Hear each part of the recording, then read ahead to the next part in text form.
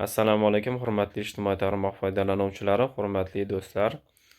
Ijtimoiy tarmoqlar orqali Achchiq haqiqat degan Instagram bor. Mana shu Instagram orqali ba'zi bir mavzularni gapirib chiqadigan, adashmasam Shuhratjonmi, Shuhratbekmi, xullas ismlarini bilmadim.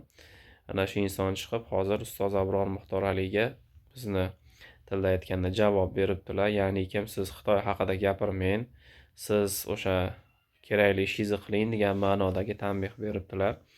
Bir narsaga hayron qolaman, ilmli, bilimli odamlarga ilmsiz, bilimsiz bo'lgan odam chiqib aql o'rgatishi qanchalar mantiqqa to'g'ri keladi, bu narsani men tushunmadim.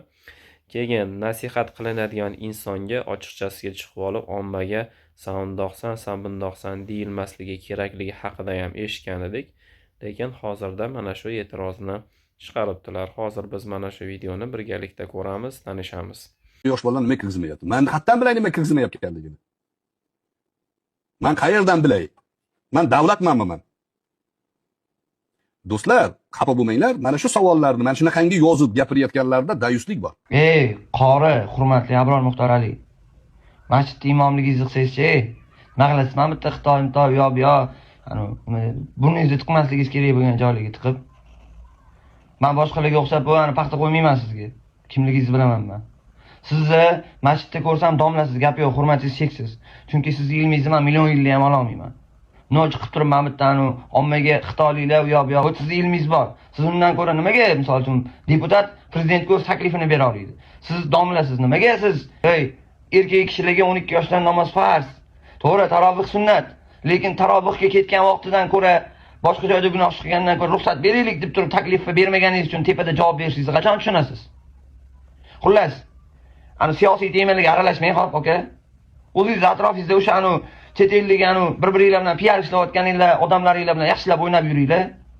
Aralashmang umuman siz. Ma'yus xalq dushmani. Men gapiraman, siz din dushmanisiz. Agar din dushmani bo'lmaganingizda, erkak kishilarni 12 yoshdan namozga farzligiga qattim turib, plus tarovihga chiqishdan deb turib, o'zingizdan urvini baland insonlardan so'ragan bo'lardingiz. Gaplarim noto'g'ri bo'lsa, ana chiqing, video qiling. Avtobusda bittasi uxlab ketayotgan ekan, yomon qattiq xurroq atar ekanda.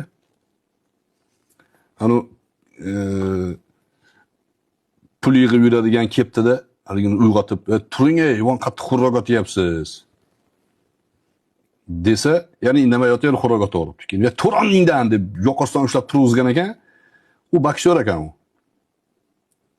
O'rnidan turib haligini bittirib uxlatib qo'yibdi. Shopir kelgan ekan, shopirni chap qo'l bilan urib, oqizib qo'yibdi. Keyin indamay kostyumini olib tushib ketib yoribdi. Haligi ikkalasi o'ziga kelib, yana yo'lda ketib tursa, bir odam chiqib, o'tirib olib, u ham uxlab qolib, xurroq atyapgan emish. Haligi bilet yig'adigan kelib aytdi, uyg'otib. "Amaki, siz bakshor emasmisiz?" desa, "Yo'q." "Karatismisiz?" desa, "Yo'q." "Judo bilan shug'ullanasizmi?" "Yo'q" desa, "Ha, yaramas, nimaga ishora xurroq atyapsan" dermish. Mana hurmatli ijtimoiy tarmoq foydalanuvchilari, hurmatli do'stlar, videoni ko'rdik, tanishdik. Bir narsani men tushuntirib o'tmoqchimanki, Xitoy hech qachon O'zbekistonni bosib ola olmaydi.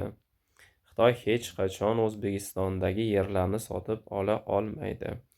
Xitoyning tovarlari O'zbekistonga kirib kelayotgani bu unaqangi vahimali narsa emas deb hisoblayman. Bu meni shaxsiy fikrim.